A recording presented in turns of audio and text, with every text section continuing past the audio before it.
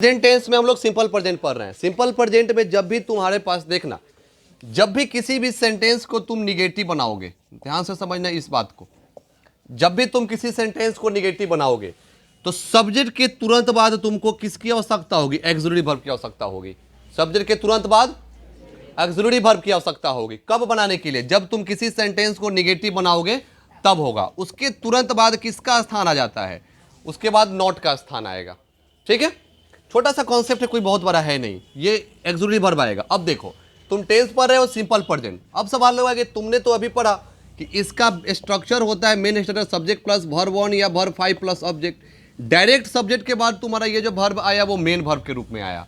Auxiliary verb तुम्हारे इसके main structure में दिया नहीं, बेसिक स्ट्रक्चर में, लेकिन इसको ऑक्सिलरी वर्ब देना पड़ेगा। कब देना पड़ेगा? क्यों देना पड़ेगा? क्योंकि नॉट लगाना है, नॉट लगा के निगेटिव बनाना होगा। तब कभी भी तुम निगेटिव बनाओ, कभी भी तुम इंट्रोगेटिव बनाओ, कभी तुम WH क्वेश्चन का वर्ड बनाओ, WH क्वेश्चन सेंटेंस बनाओगे तो तुमको ऑक्सिलरी वर्ब चाहिए ही चाहिए। तो सवाल अब ये होता है कि सिंपल प्रेजेंट में जब अगर कभी ऑक्सिलरी वर्ब की आवश्यकता पड़ी तो वह ऑक्सिलरी वर्ब क्या लेगा? कौन सा ऑक्सिलरी वर्ब होगा? तो याद रखना हमेशा, अगर सिंपल प्रेजेंट को ऑक्सिलरी वर्ब की आवश्यकता पड़ी तो वह ऑक्सिलरी वर्ब के रूप में वह लेगा तुम्हारा डू या डज को लेगा। ठीक है, तो अगर कोई पूछे अब से, आज से, अभी से कि सिंपल प्रेजेंट को ऑक्सिलरी वर्ब की आवश्यकता पड़े तो वह किसको लेगा? तो डू या डज को लेगा। जरूरत पड़ेगा तो डू को लेगा, जब जहां जरूरत पड़ेगा तो डज को लेगा। अब सवाल ये होता है, जैसे V1 या V5 तुमने अभी क्लियर किया अभी थोड़ी देर पहले, तो उसी तरह होता है सर डू या डज, क्योंकि अब्लिक लगा हुआ है। दोनों में से कोई एक लगेगा, एक तो लगेगा नहीं। दोनों में से कौन लगेगा, कब लगेगा, उसके बारे में समझना होगा। अभी तुमको बताए हैं वर्ब 1 या वर्ब 5 में, तो ये डू या डज दोनों का दोनों क्या है? ये वर्ब है। क्या है? यह वर्ब है। यह अब सोचो, वर्ब में डू या डज में सिंगुलर, वही फिर कंसेप्ट याद आएगा SSPP। तो इसमें एक तुम्हारा सिंगुलर होगा, एक तुम्हारा प्लूरल होगा। कैसे सिंगुलर, कैसे प्लूरल? तो सिंपल सा वो तरीका याद रखना जो अभी बताए हैं इस थोड़ी देर पहले, और यहां पे याद रखना। सोचो, इस वाले को खोजो, किसमें एस लग गया? ऑक्सिलरी वर्ब खोजना। ऑक्सिलरी वर्ब में किसके ऑक्सिलरी वर्ब के अंत में एस लगा हुआ है? जिसके भी अंत में एस लगा हुआ है उसको मान लेना सिंगुलर। क्या मान लोगे? और जिसके अंत में एस नहीं हो, बाकी जो बच गया वो क्या होगा? प्लूरल। अब बताओ, डू क्या होगा? प्लूरल होगा। डज क्या होगा? क्यों डज सिंगुलर होगा? क्योंकि अंत में क्या लग गया? देखो, यह कोई नियम नहीं है, ये तुमको तरीका हम बता रहे हैं समझने के लिए केवल। ठीक है, तो डज तुम्हारा सिंगुलर और डू तुम्हारा प्लूरल। अब डायरेक्ट दिमाग में ये वाला कॉन्सेप्ट ले आओ। कौन? SSPP। अब तुमको ये तो पता चला ना जी कि सिंगुलर कौन है और प्लूरल कौन है। अब तुम्हारे सामने होगा SSPP। अगर सब्जेक्ट सिंगुलर होगा तो सिंगुलर, अगर सब्जेक्ट सिंगुलर तो क्या लगा दोगे? डज लगा दोगे। अगर सब्जेक्ट प्लूरल तो क्या लगा दोगे? डू लगा दोगे। जैसे अगर बोलेंगे राम, तो राम सिंगुलर है कि प्लूरल? मन में सोचो, लिखना तो रही है, मन में सोचो, राम सिंगुलर की प्लूरल? राम एक है, अकेले है राम, तो राम सिंगुलर, तो राम के साथ डू की डज? राम के साथ डज। उसके बाद नोट लगाना है, लगा सकते हो, कोई दिक्कत नहीं है। ठीक है ना, तो वो नहीं, वो अभी की बात नहीं है। राम के साथ क्या लगा दिया? डज। तो राम जंगल गए, राम जंगल जाते हैं तो राम के साथ, जंगल नहीं जाते हैं तो राम के साथ डज। राम लक्ष्मण और सीता कहां नहीं जाते हैं?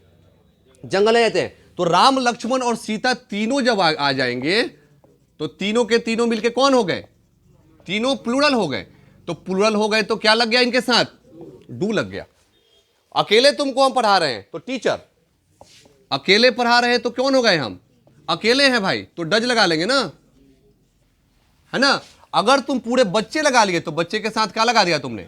क्यों डू लग जाएगा। क्यों लगेगा? क्योंकि शिक्षक एक पढ़ा रहे हैं तुमको, तो इसलिए डज। एस वाला को खोजो।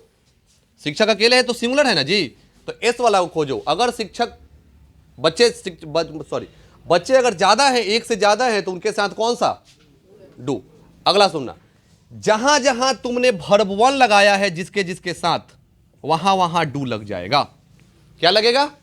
जो डू वाला कॉन्सेप्ट है वही कॉन्सेप्ट किसके लिए? वर्ब 1 के लिए। जो कॉन्सेप्ट तुमने अभी डू डज के लिए सीखा वही कॉन्सेप्ट किसके लिए? वर्ब 5 के लिए। क्यों? क्योंकि वर्ब 5 का मतलब ही होता है वर्ब 1 प्लस एस या ES, और यहां पे डज का मतलब ही होता है do plus ES। Do plus, तो ES का मतलब ये वाला लगा कि नहीं लगा? तो वर्ब 1 और वर्ब 5 और डज ये दोनों का दोनों सिंगुलर, और डू और वर्ब वन क्या होगा, दोनों का दोनों प्लूरल होगा। कोई दिक्कत? तो डू या डज सिंपल समझना कि डू या डज होगा, सॉरी डू या डज में डू तुम्हारा प्लूरल और डज तुम्हारा सिंगुलर। अब वर्ब वन या वर्ब फाइव में वर्ब वन होगा तुम्हारा सिंगुलर, वर्ब फाइव होगा प्लूरल होगा। अब ये पूरे स्ट्रक्चर को तुम यहां से करके बना सकते हो। केवल यही पता करना है कि बोलने वाला काम, सब्जेक्ट क्या होता है, सब्जेक्ट वो होता है जो काम को करता है, और जो काम को करता है या जो किसी वाक्य में चर्चा का विषय होता है, जिसके बारे में तुम चर्चा करते हो। मान लो बोल दोगे क्या कि हमारे देश के प्रधानमंत्री नरेंद्र मोदी, तो नरेंद्र मोदी कई गो, तो सिंगुलर है ना, तो यहां से वाला सोचना, दिमाग से एसएसपीपी वाला सोचना। तुम कभी भी कोई ट्रांसलेशन बना रहे हो, ये कंसेप्ट याद रखोगे, तुमको वर्ब में दिक्कत नहीं होगा कि सर किसके साथ क्या लगाएंगे क्या नहीं लगाएंगे। तो ज्यादातर कंफ्यूजन होता है तुम्हारा वर्ब वन या फाइव में और डू या डज में। यहीं पे बच्चे याद करते हैं कि first person singular number, first person plural number, second person plural number, second person singular number. यहीं पे कंफ्यूजन करके बच्चे हमेशा गलती करते हैं। और जनरली क्या होता है, फर्स्ट पर्सन क्या, जो बोलता है, सेकंड पर्सन क्या, जो सुनता है, और थर्ड पर्सन क्या, ना बोलेगा ना सुनेगा, बल्कि अन्य के बारे में बात होगा। फर्स्ट और सेकंड के अलावा जिसके बारे में तुमने चर्चा किया वो कौन हो गए, थर्ड पर्सन। हम यहां पढ़ा रहे हैं, बोल रहे हैं, हम फर्स्ट पर्सन, तुम सभी लोग सुन रहे हो सेकंड पर्सन। जितने बच्चे और जितने शिक्षक यहां पे नहीं उपस्थित हैं वो सबके सब कौन पर्सन, थर्ड पर्सन। कोई दिक्कत? हम यहां पे पढ़ रहे हैं, हम अपने आप को ईमानदार बोलेंगे, तुमको ईमानदार, और दुनिया का सारा लोग को बोलेंगे कि दुनिया का सारा चोर है, क्या हो जाएगा, ये थर्ड पर्सन होगा। तो बोलने वाला हमेशा फर्स्ट पर्सन, जो बोलेगा फर्स्ट, और जो सुनेगा वो, बोलने वाला एक भी हो सकता है, और एक से, जब बोलने वाला एक होगा उसको आई कहोगे, जब बोलने वाला एक होगा उसको, वो फर्स्ट पर्सन है, क्यों, क्योंकि वह बोल रहा है। जब बोलने वाला एक से ज्यादा होगा, मेरी बातों को तुम सब लोग मिलकर रिपीट कर रहे हो, तो तुम लोग कौन हो गए, वी हो गए। और सुनने वाला भी एक से ज्यादा होता है और एक भी होता है। जब सुनने वाला एक होगा यू होगा, और जब सुनने वाला एक से ज्यादा होगा तो भी वह यू होगा, क्योंकि अभी बताया थोड़ी देर पहले कि यू तुम्हारा नेचर में सिंगुलर भी होता है, और नेचर मतलब क्या होता है, वो देखने में कैसा लगेगा, लेकिन यूज हमेशा किस रूप में, एक आई के लिए कॉन्सेप्ट समझना, आई तुम्हारा नेचर में सिंगुलर होता है और यूज में प्लूरल होता है, पास्ट टेंस को छोड़कर, पास्ट टेंस को छोड़कर आई नेचर में सिंगुलर और यूज में प्लूरल। ये छोटा छोटा कॉन्सेप्ट है जो तुमको बड़ी आसानी, देखो सब कुछ जानने के बाद भी ट्रांसलेशन बनाने में दिक्कत होता होगा, होता है लोगों को दिक्कत, क्यों होता है, वही याद करते हैं first person, second person, third person, first person singular number, plural number, second person भी वही करते हैं। तो बिल्कुल नहीं करना, डायरेक्ट ये वाला कॉन्सेप्ट याद रखो और ऐसे वो वाला याद रखना। क्या बोले अभी कि नाउन जन्म से सिंगुलर और वर्ब जन्म से प्लूरल, अगर ये याद रखते हो तो कहीं पर कोई ट्रांसलेशन बनाने में तुमको दिक्कत नहीं होने वाला, आराम से ट्रांसलेशन बनेगा। और उसके बाद अगला याद रखना एसएसपीपी वाला याद रखना, ठीक है। चलो